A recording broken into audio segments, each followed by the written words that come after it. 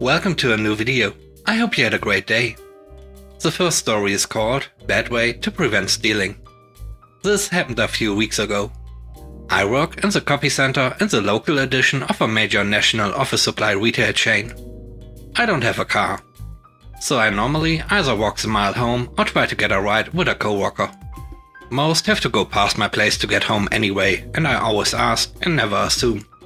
My store manager is currently in the process of moving. Tonight we were leaving at the same time, and I asked him for a ride home. He said it was fine and asked me to help him load some empty boxes we had saved into his pickup to help him with the move. So 6 PM rolls around, I clock out, put away my radio and put on my coat.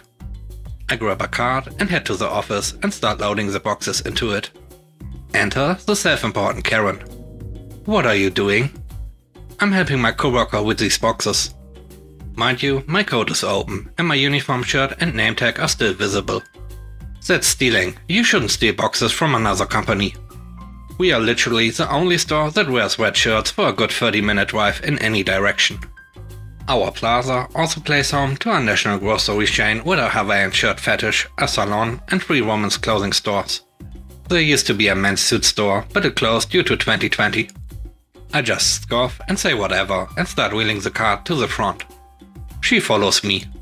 And as I get to the door, the general manager and the clothing manager are walking up from the other side of the store. They are talking about the general manager's upcoming move. I look to the clothing cashier and cheerfully say, "See you Monday, Jay." I start out the door and Karen grabs me and starts screeching about me stealing from the store. I immediately look at her and snarl. You have 5 seconds to get your hands off of me before I call the police. And then she slaps me. Unbeknownst to everyone except the coworker who was closing my department, the town chief of police was in the store. He was going to pick up his Christmas cards that he had ordered. When he heard her screeching, he turned to see the commotion. And he saw the slap. So did my manager, the other manager, the cashier, 3 other customers and the store security cameras. 10 minutes later, Karen is sitting on the curb in front of the store, screaming like a possessed banshee with a new pair of bracelets. There are 2 town police cars and a state police cruiser with their lights flashing in the parking lot. The chief found drugs in her purse, which is on the hood of his car. She is being charged with assault, possession with intent to distribute and driving on a suspended license. Her car was in the lot and hers were the only fingerprints found inside. And she also had a warrant out for failing to meet with her probation officer. Well, that escalated quickly. The next story is called I'm No Customer. I'm 18 and have worked in my hometown bakery since I was 16. It's a cute little town where everybody practically knows everyone. And there are mostly sweet old men and ladies walking their dogs or kids running around to collect stickers from the local library. I've lived here my whole life, and though I'm looking at moving for university this year, it's still a wholesome little town. Anyway, this takes place during 2020, but shortly after the first initial lock-in in England. We are considered an essential business because we sell milk and bread as well as flour at the time. We have to wear masks at our jobs and advise our customers to wear masks too. But we are not supposed to tell them specifically to wear one. I still wasn't back at college for the time, so I was asked to help out for a few hours here and there with my boss and coworker. One employee was still furloughed for the time being.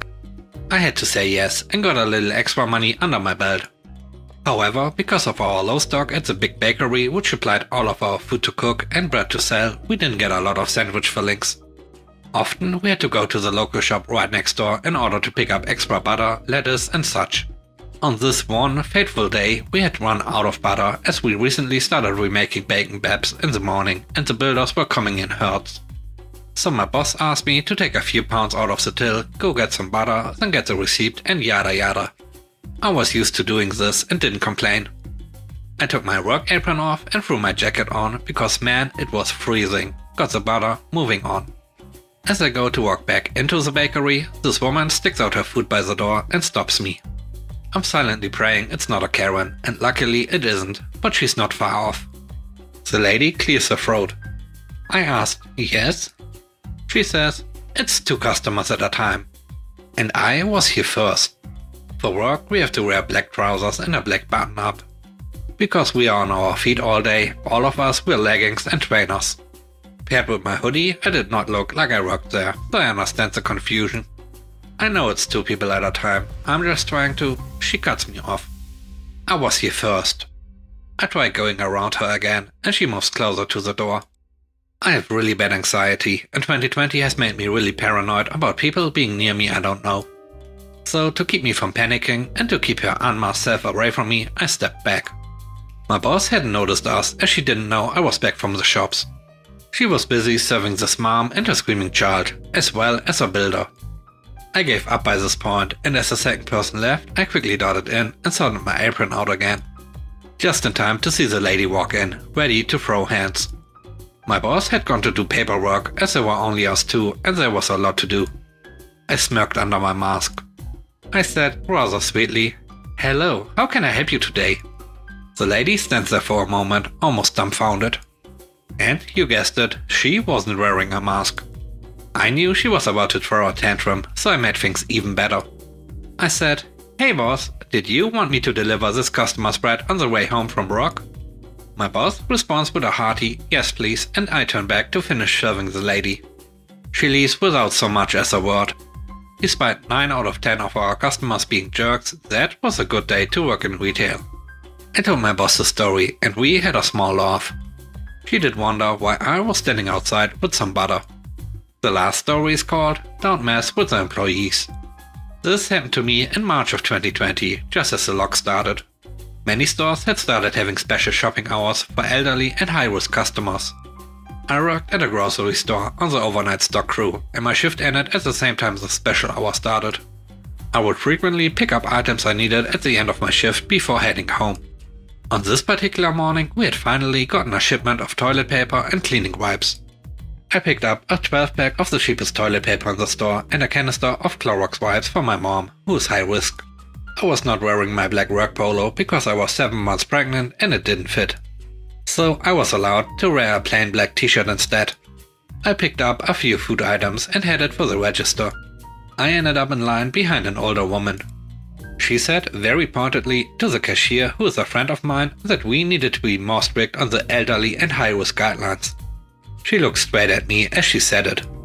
She said we needed to have a guard at the doors to make sure no one was coming in during the special hours, except those that actually needed to shop at those times. At our store it was from 7 AM to 8 AM every day. She also said that if the store lets other people into the shop, they should make sure that they don't buy the essentials that other people need. She was looking at the toilet paper and Clorox wipes in my hands. Now my coworker is an elderly woman and she is not shy. She is a spitfire and she will tell you what she thinks. And she doesn't give 2 craps about what you think. She looks straight at the woman and says, "There's a limit on essential items. You can't buy 2 packs of toilet paper." The customer had 2 of the biggest packs of toilet paper we sold. We are talking 18 rolls. The woman snapped at her with a "Fine, whatever. But I am not coming in here if you are going to keep letting other people in during the special hours." And then she said the magic words, "I want to speak to a manager."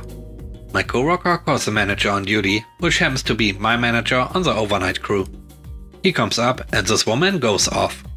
She is yelling about how we are letting regular people shop during special hours, and how the cashier was rude and was limiting her, full Karen mode.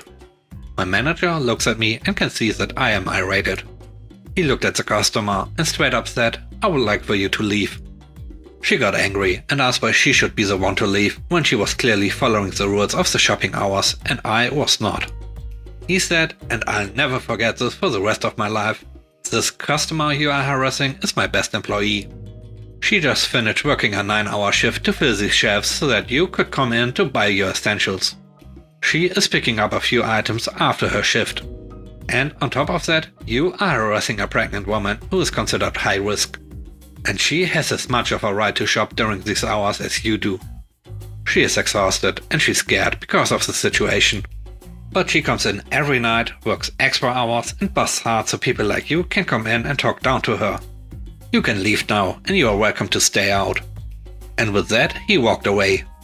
She tried to stammer an apology at me and asked about my baby. But the loss prevention guy showed up to escort her out. I ignored her and picked up one of her packs of toilet paper instead of the 12-pack I had grabbed. I checked out my items and was on my way. Meanwhile, they took her picture and made notes that she was banned from the store for 30 days for harassing an employee. That sounds like a great manager. He acted exactly like a manager should do in the current times. Thanks for watching the video. I hope you enjoyed it. If you did, please leave a like, comment and subscribe. And now I hope you have a great day. See you soon. Bye bye.